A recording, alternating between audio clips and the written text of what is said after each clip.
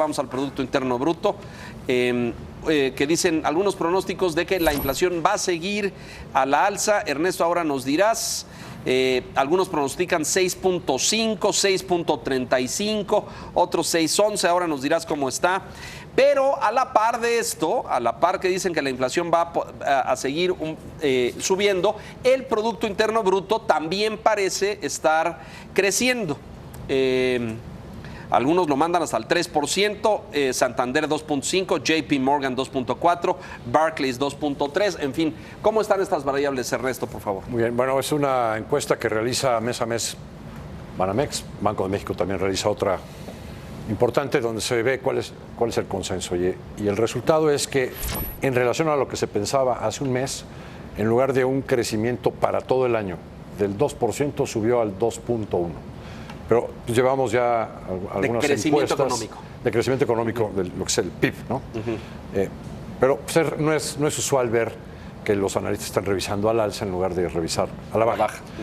Por otro lado, en cuanto a inflación, el último dato de inflación está en 6.44. El actualizado, digamos, así es. Agosto, 6.44. La encuesta anterior decía que para cerrar el año iba a andar más bien cerca de 6.0. 6.05. Ya nos fuimos casi medio punto arriba de eso, ¿no? Y lo está, bueno, más bien la expectativa es que al cierre del año va a estar abajo. Bueno.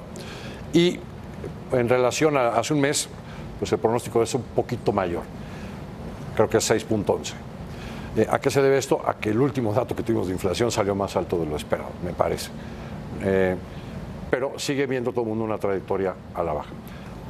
Creo que la inflación claramente va a ir a la baja en el último trimestre, quizá llegue a techo en este mes de agosto o tal vez en septiembre, caben las dos posibilidades, pero en el último trimestre, salvo que algo extraordinario ocurra, va a tender a bajar y a llegar a 6 o poquito más arriba del 6.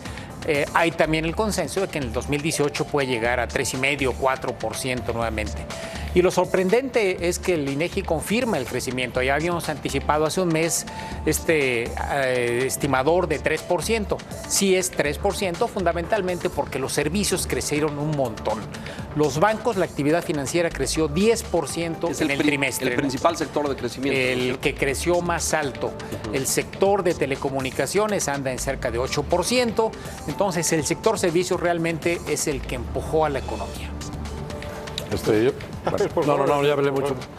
No, es que iba yo a decir, ahorita digo yo algo. Como estoy en el mundo de los servicios, sí puedo confirmar que partiendo de un pronóstico que fue entre conservador y negativo a principios de año en ese sector, ¿no? Mis colegas de la industria de servicios decimos que nos resultó el primer semestre mucho mejor de lo que todos hubiéramos pensado. Ahora, miren, la inflación, yo siempre escucho con mucho respeto, mi querido Leonardo, aquí a los economistas, cuando elegantemente, con una diplomacia increíble, dicen, quizá todavía no cede o no llega a su pico, pero esperamos que en el mes subsecuente o en el que sigue toque su máximo. Los he oído un par de meses diciendo eso. Lo bueno es que el crecimiento fue chiquito. Yo quiero seguir diciendo que la inflación, ¿no? La inflación en este año, los disparadores primarios de la inflación tuvieron que ver con el mundo de los combustibles, tuvieron que ver con efectos retardados de tipo de cambio, tuvieron que ver con energía eléctrica y algunas otras consideraciones que directa o indirectamente en algunos casos controla o influye el gobierno. El sector privado ha sido bastante moderado en los incrementos de los precios a sus consumidores finales. Bien, en cuanto al tema de crecimiento, tenemos dos medidas, el PIB que es trimestral y mensualmente hay otra medición que es el IGAE. Sí. Normalmente el promedio de los IGAEs de los 3 meses en un trimestre está muy cerca al dato del PIB. Pero en esta ocasión, el promedio de los IGAEs está muy abajo del PIB que da INEGI en el trimestre. ¿Lo que nos dice que? Ningún mes el IGAE ha estado arriba del 3%. 2.8 abril. O sea, es una buena señal, digamos. No, 2.2 mayo, 2.4 Se nos acaba el tiempo. No le creo al 3%. Nos tenemos que ir. ¿Las negociaciones del TLC pueden influir en esto, Enrique? No. ¿No? No, en el corto plazo no. Muy bien, nos vamos. Mauricio, gracias. Ernesto Farrell, muchas gracias. Don Enrique Quintana, gracias. Buenas noches. Gracias a usted por la gentileza de su atención. No se despegue. A continuación, urna tras otra, Kiren Miret, María Scherer. Y a las 10 de la noche, El Mundo Según Trump, con Ana María Salazar, que le tendrá todo el resumen completo de la controversial, polémica visita a Arizona de Donald Trump el día de hoy. Gracias. Buenas noches.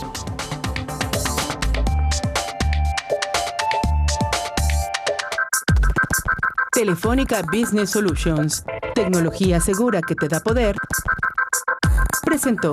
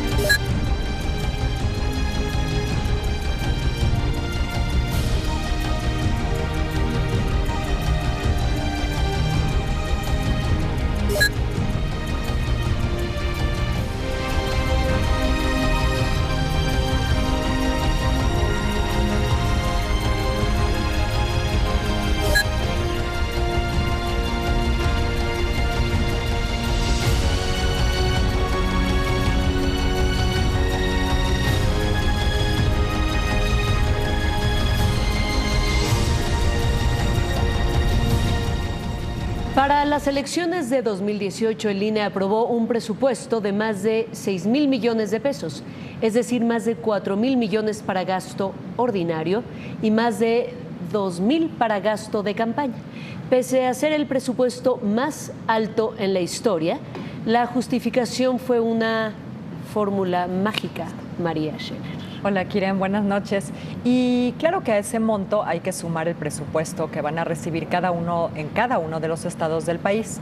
Si sumamos los 5,130 millones más repartidos por los institutos electorales locales, pues realmente tendrán para gastar 11,904 millones de pesos, Kiren. Un escándalo. Ya hablaremos de si esto es un escándalo o no, o si es proporcional a la inflación. Un poquito más adelante estaremos discutiendo al respecto. Y para conocer más de este tema, nos enlazamos a la redacción con Esteban Illades, usted lo conoce, y Alejandro Díaz, él es politólogo y profesor de la Escuela de Gobierno del TEC de Monterrey. Kiren, María, ¿cómo están? Buenas noches. Hola, Esteban. Hola, Esteban. Aquí saludos desde el cuarto piso. Oigan, pues sí, ya lo dijeron ustedes, 6,700 millones de pesos de base, porque si estamos hablando de los estados son 11,000 millones de pesos, ¿no? Es muchísimo dinero. A ver si producción nos puede apoyar. Ahí tengo la tabla del INE de cómo se va a gastar ese dinero. Es muy interesante, ¿no? Tenemos, miren, ahí está. Bueno, esta es la de financiamiento público, ahorita hablaremos de ella, pero quisiera ver la otra tabla si se puede, si no, bueno, les cuento un poquito, que es, pues básicamente el dinero, mira, aquí está, actividades ordinarias, ¿no? Que es el gasto normal de los partidos, gastos de campaña, los gastos que van a hacer en para esta campaña. No está en esta tabla, pero hay otros gastos que son para giros postales y giros telegráficos. Esos son los que más me impresionan. Así como un gasto también para educación cívica, es decir, que los partidos nos eduquen a los ciudadanos para que nosotros aprendamos qué es la democracia y aprendamos qué son los valores cívicos, ¿no? Pero pues para hablar un poco más de este tema del gasto, de cómo ha cambiado, tengo aquí conmigo a Alejandro Díaz Domínguez, él es académico del TEC de Monterrey, del Campus Santa Fe, y él nos va a explicar un poco de qué se trata esto de los 6.700 millones de pesos. Alejandro, ¿cómo estás? Buenas noches. ¿Qué tal, Esteban? Muy buenas noches. Pues muchas gracias por la invitación.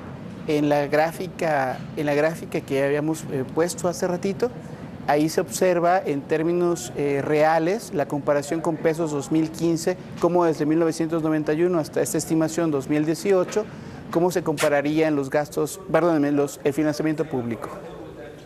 ¿Y qué nos dice la gráfica, Alejandro? ¿Qué podemos ver? ¿Qué de interesante en eso? Porque veo que tienes ahí, hablas, pones el dinero a pesos de 2015, pones el dinero en el gasto de cada año, lo estamos viendo en pantalla. Exacto. ¿Qué podemos concluir de esto? Ahí lo que estamos concluyendo es que en cada año de elección presidencial tenemos más o menos alrededor de 6.000 millones de pesos asignados como financiamiento público federal a los partidos políticos en México.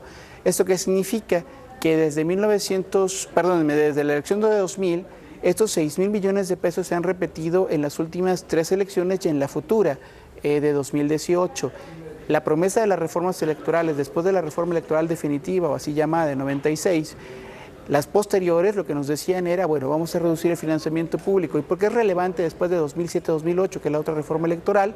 Porque en esa reforma electoral los partidos teóricamente y también legalmente, por supuesto, ya no debían gastar sus recursos en radio y televisión, que de la vieja cuenta de 97 nos dice que el 60% del presupuesto de los partidos políticos se destinaba a gastos en radio y tele. Si mantenemos en términos constantes el mismo presupuesto para partidos políticos, pero ahora ya no gastarían, teóricamente, insisto, en radio y televisión, sí tendremos un problema de lo que estamos esperando de las reformas electorales. O sea, Alejandro, ¿me estás diciendo que se gasta más o menos lo mismo, pero sin el gasto de radio y televisión?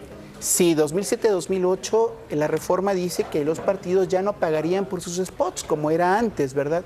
Ahora recaen en los tiempos del Estado, que la autoridad electoral en materia administrativa es la que administra estos tiempos por disposición constitucional. Ahora, Alejandro, 6.700 millones de pesos. ¿Es mucho dinero? ¿Es poco dinero? ¿Cuál es tu opinión sobre esto?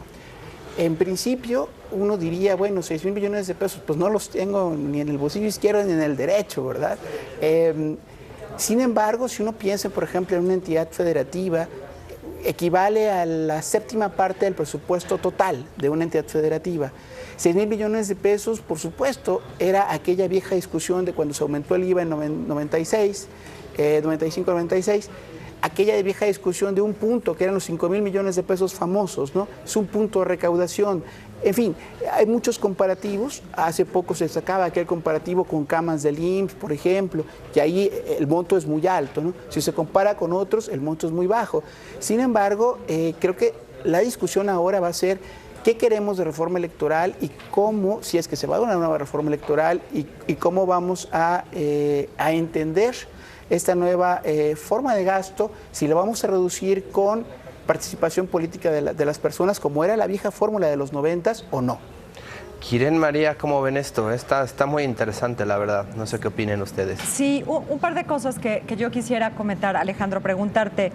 Uno, si ya no gastan todo este dinero en radio y en televisión, ¿en qué lo gastan? Porque lo que yo me temo es que pues es en la famosísima compra del voto, ¿no? Porque más de la mitad del financiamiento sí ven eso. Eso por un lado.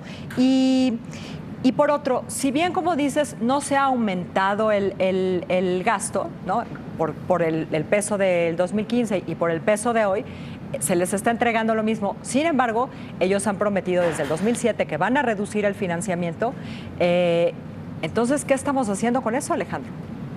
Sí, hay que recordar dos cosas. Una, esto simplemente es la asignación de financiamientos por el lado de los ingresos. Por el lado de los gastos, si no se está gastando en radio y tele, entonces evidentemente se está gastando en otro tipo de propaganda. Hay que recordar que ahora se puede gastar como parte de campaña en todas las brigadas de protección del voto, todas las brigadas de cuidado de casillas.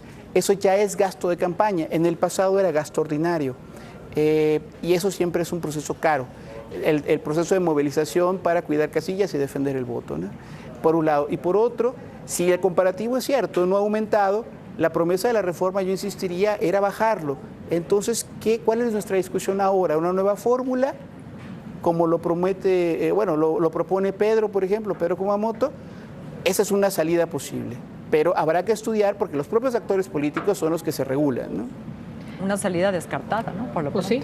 Y Alejandro, por último, antes de despedirnos, el tema de que los recursos se vayan a radio y televisión y ahora saldrán de los tiempos oficiales, es un poco raro, ¿no? Porque esos son los tiempos y los recursos que se pueden fiscalizar. El resto del dinero es muy difícil de medir. Digamos que en términos de lo que reportan los partidos se están reportando en un sistema en línea y tienen en tiempo real, que son 72 horas, que subir sus comprobaciones. Es muy fácil para la autoridad ir viendo cómo van subiendo sus comprobaciones y se va haciendo una revisión de gabinete en casi tiempo real, 3 días con las diferencias y los rezagos naturales.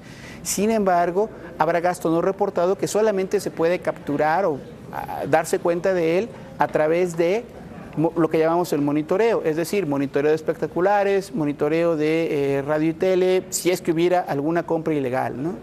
Sí hay manera de capturar ese gasto y lo ha hecho el Instituto Electoral, por supuesto. Te agradecemos muchísimo, Alejandro. Gracias, Esteban. Nosotras vamos a una pausa, ya volvemos.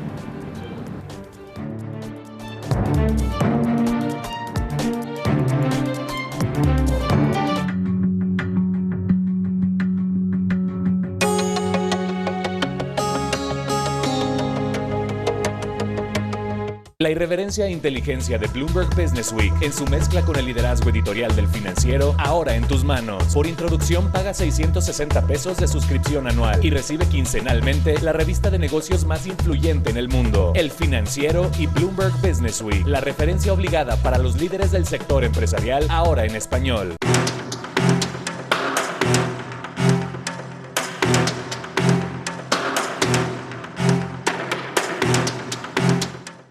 ¿Cómo acabaron los mercados financieros y cómo arrancó el mercado político? Un noticiero que da seguimiento a la información que marca la agenda en México. Entre Mercados, con Lucero Álvarez. Lunes a viernes, 5 de la tarde. Porque reconoces lo importante, El Financiero Bloomberg.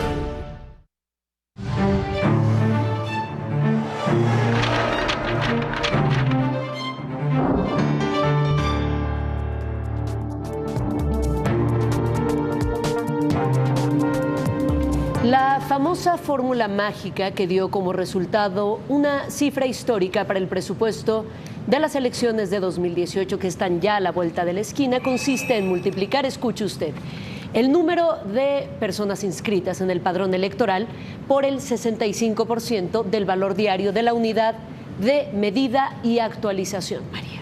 Y aunque en años con elecciones federales a este monto se le debe sumar, además, 50% extra, con base en esta fórmula fue como el INE aprobó más de 6,000 millones de pesos para los partidos políticos. Y pese a que será la Cámara de Diputados la última instancia en aprobar en definitiva estas cifras, dieron sin duda de qué hablar. Una fórmula que está establecida en la Constitución y en la ley, donde el Instituto Nacional Electoral solo tiene la responsabilidad de desahogar los factores que están ahí, es multiplicar el número de los ciudadanos inscritos en el padrón hasta el 31 de julio y multiplicarlo por el 0.65% del costo de una UMA para determinar el monto final. El instituto aprueba esas cifras y las remite al titular del Poder Ejecutivo para que en el presupuesto de egresos de la Federación se incluya la totalidad de estos recursos y se discutan y aprueben en la Cámara de Diputados. Sin duda, nos tenemos que hacer cargo de un poco la preocupación que hay ciudadana. ¿Y a qué me refiero con nos tenemos que hacer cargo? En garantizar que se estén fiscalizando esos recursos que se le estarán entregando a los partidos políticos con absoluta puntualidad, precisamente para que cumplan con los fines para los que fueron destinados. De no existir el financiamiento público, ¿qué riesgo conllevaría? Podríamos tener un desequilibrio, porque entonces cuanto más pudiera captar cada partido político, tendría el grado de participación. Y eso es lo que el sistema regula y protege esa equidad en la contienda electoral al establecer las mismas reglas para que haya una cantidad equivalente para que se aplique en la contienda y la prohibición específica de que no se pueda usar otro tipo de financiamiento. Y para que sigamos hablando de este tema esta noche, le damos la bienvenida aquí en el estudio a Rolfi Torres, representante del PRD ante el INE, a Alejandro Muñoz, representante suplente del PRI ante el mismo instituto, y Eduardo Aguilar, representante ante el INE del PAN. A ver, señores, como todos los años, como dice Ugalde, todos los años estamos escandalizándonos y hablando de las ciertamente jugosísimas cantidades que el INE aprueba cada año para los partidos. Pero la verdad, hablando en plata, no hay ningún partido, que si fue el PRD, que si fue el PRI, que si fue el PAN, ninguno quiere desprenderse de esa cantidad de dinero. Bueno, son varias reflexiones las que hay que hacer. Primero, muchas gracias por la invitación. Son varias reflexiones. Yo diría que hay que partir el debate en dos. Primero, ¿es viable que los partidos políticos tengamos dinero de recursos públicos y cuánto? Pero hay un segundo debate. Ya una vez que nos dan determinado dinero, sí debe haber controles suficientes para evitar que gastemos más del dinero que nos dan, es decir, evitar dinero ilícito, evitar dinero de programas gubernamentales o de la delincuencia organizada. En esos dos debates nos enfrentamos. Déjame darte dos datos relevantes. Primero, la mayoría de las economías del mundo, tanto emergentes como ya consolidadas, le dan financiamiento a los partidos políticos. Le hace Australia, principalmente todo el continente europeo, digamos, las economías emergentes de América Latina, dan financiamiento público a partidos políticos. Hay dos ejemplos de los que principalmente priva el financiamiento privado frente al público, que es Gran Bretaña y Estados Unidos. Pero hay países, y con esto concluyo esta primera intervención, como Camboya, como por ejemplo como Afganistán y como Haití, que no tienen financiamiento público. El gran problema es que esas son economías con democracias muy poco sólidas. No nos estamos comparando ni con Camboya, ni con Haití, ni con Afganistán. Sin duda, el debate es ver... O sea, aquí no estamos diciendo que estemos en contra del financiamiento público. La cuestión es el exceso del financiamiento. Y hay que revisarlos. A ver, un poco la prueba es toda proporción guardada, pero Kumamoto hizo una campaña, le demostró a los partidos que se puede hacer una campaña y ganar con muy poco dinero. La cifra, independientemente de que proporcionalmente sea la misma, porque la inflación da igual, sigue siendo un número alarmante. Lo decía Dolores Padierna, y yo en el fondo pues no puedo no coincidir con ella. No es el momento, no en este país y no ahora. El número es muy elevado. No. Definitivamente, pero tiene que ver con el modelo del sistema electoral que tenemos actualmente. Pero ya lo decía María, nadie dice que no. Ustedes son los que tienen el control del modelo. Efectivamente, ahorita lo que tenemos que privilegiar, porque así está el modelo y creo que el momento que vive el país así lo requiere, es privilegiar el financiamiento público. Si vamos a cambiar el modelo, tendríamos que establecer un sistema de fiscalización mucho más riguroso para evitar ahora, si privilegiamos el financiamiento privado, para privilegiar que este financiamiento sea lícito y que tenga un origen determinado. Actualmente el modelo de fiscalización no nos da. El modelo de fiscalización que tiene el INE no permite dar ese seguimiento. Pero no tendrían que estar fiscalizando a los partidos. Somos gente grande y no tendremos por qué estar excediendo los topes de campaña, ¿no? A ver, Alejandro, yo insisto, en esta mesa nadie está en contra del financiamiento público, ¿no? No estamos diciendo que se les retire el financiamiento público. Yo también creo que la iniciativa de Kumamoto tiene sus huecos y tiene sus riesgos. Lo que nosotros decimos es dinero y política siempre va a ser un tema delicado y que hay que cuidar. No es un tema nuevo el dinero y política. Por eso, no solamente es los montos, sino cómo lo ejercemos, cómo lo gastamos cómo lo transparentamos y si realmente lo usamos para lo que nos dan. Ahí también es un tema súper importante. Ahora, el modelo.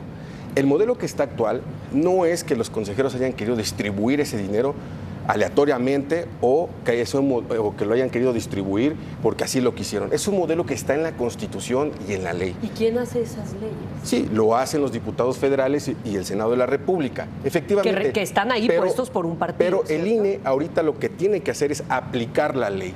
El INE no va a dar los montos indiscriminadamente. Tiene que aplicar la ley y tiene que aplicarlo con la fórmula que hay. Sí. Entremos entonces al debate, hay que revisarlo. En este momento tú decías muy bien. Hay otra fórmula propuesta y le corren para no hablar de esa propuesta y le corren para no votar esa propuesta. No es que se le haya corrido. El tema es que 90 días antes del inicio de un proceso electoral no puede haber cambios.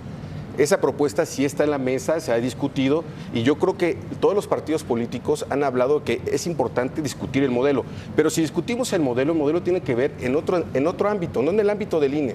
Podrá dar su opinión y podrá dar su experiencia, pero el modelo se tiene que discutir en las cámaras de diputados. No es el momento procesal oportuno para hacerlo porque ya no lo permite también la Constitución ni la propia ley. A ver, Alejandro, perdón, pero quien quiera responder, desde 2007... están prometiendo que van a reducir de una u otra manera, ya no digamos cómo, ¿no? Ya no hablemos de modelo. No lo reducen ni de una manera ni con otro, ni adoptan el modelo propuesto por un tercero como el de Kumamoto, ni ninguno de sus partidos propone un modelo distinto. A ver, lo que tenemos claro es que hay que revisar, por supuesto, el mecanismo de financiamiento y el monto. Y sin duda estamos abiertos al debate. Me parece además que es necesario en un país con las circunstancias de pobres que tenemos, con las grandes características de este país, de los problemas de este país, hay que revisarlo. Hay que estar abiertos al debate. Acción Nacional, por supuesto que está abierto a enfocar un nuevo ejercicio de fórmulas, una nueva redistribución, incluso ampliar el mecanismo de análisis para ver si bajamos el presupuesto de cada partido político.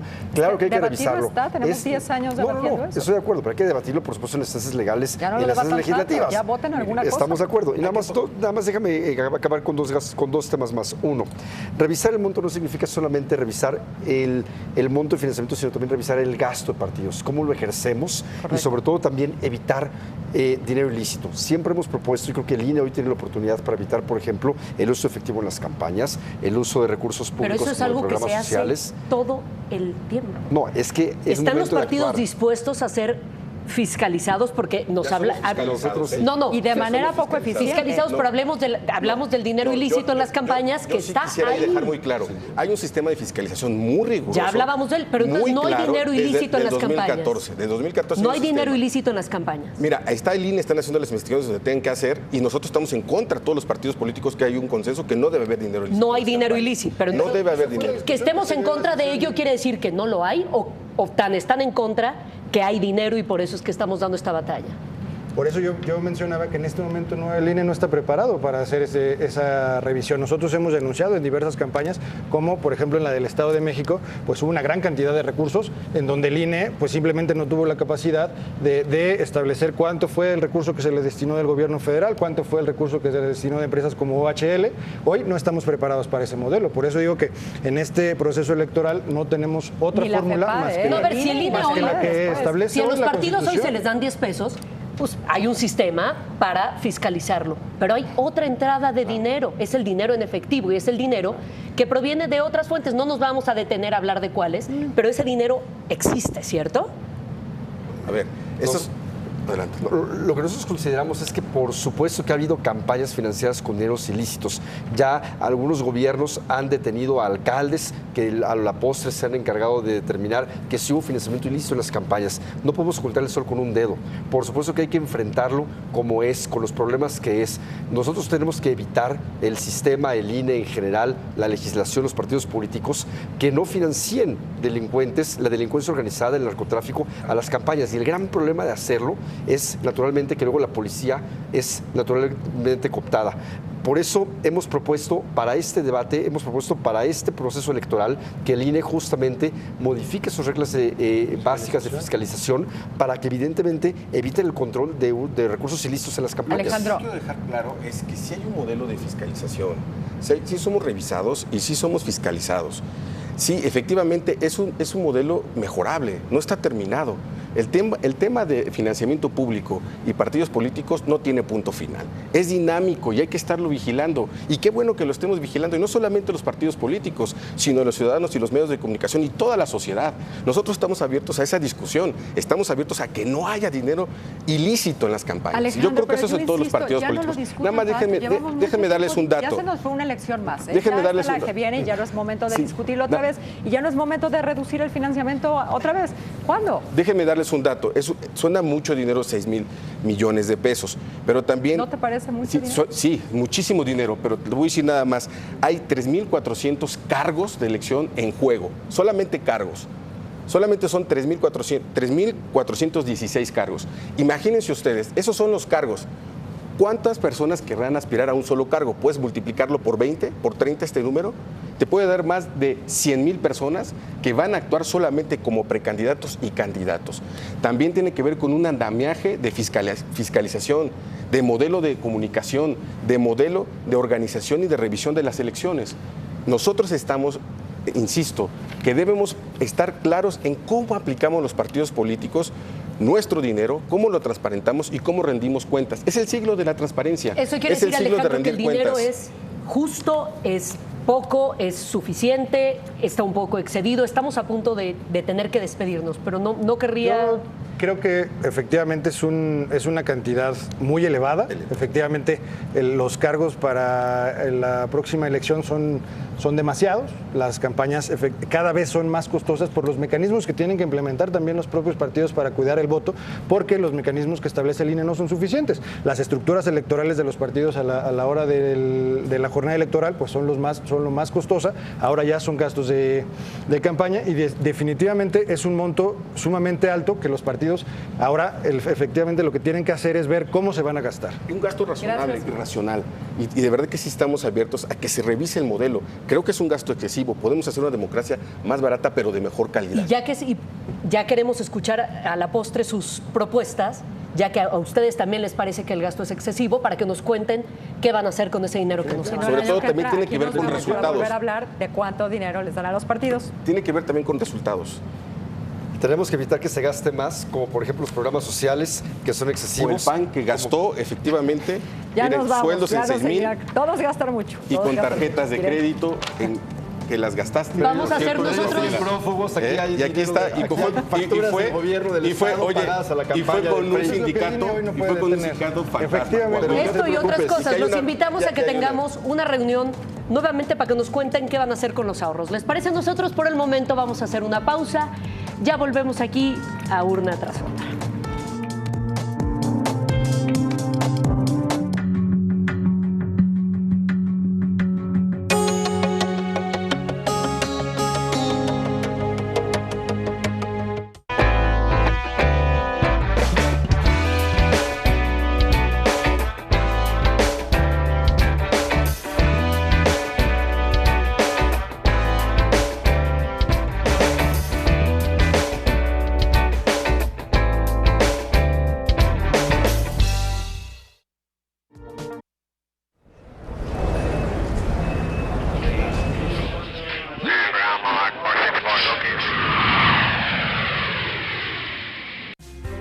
¿Quién es quién en los negocios mundiales y todo lo que debes saber para la toma de decisiones financieras?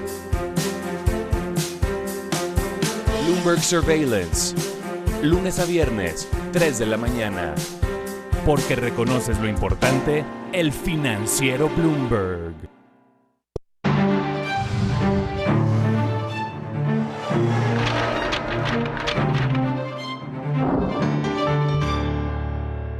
Pues acabó, vamos a tener que pedir una hora, ¿quieren? Porque con esto no alcanza para nada. Los vemos el próximo martes, gracias por acompañarnos.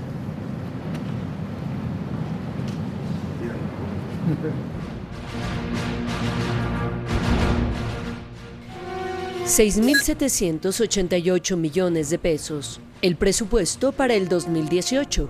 Una cifra histórica. Por ello, investigamos en qué podríamos gastar dicho dinero.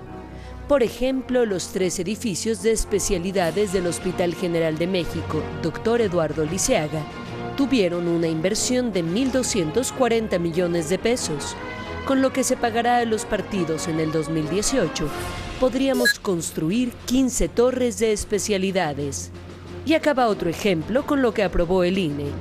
Con este dinero se podrían construir 3 carreteras como el Paso Express México-Cuernavaca, el cual costó 2.200 millones de pesos.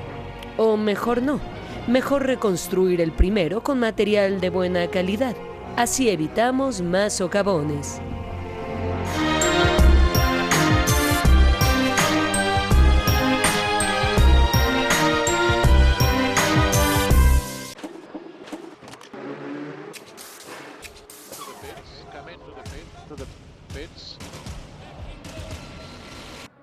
Sky te invita a las 6 horas de México este 2 y 3 de septiembre. Consulta las bases en www.sky.com.mx.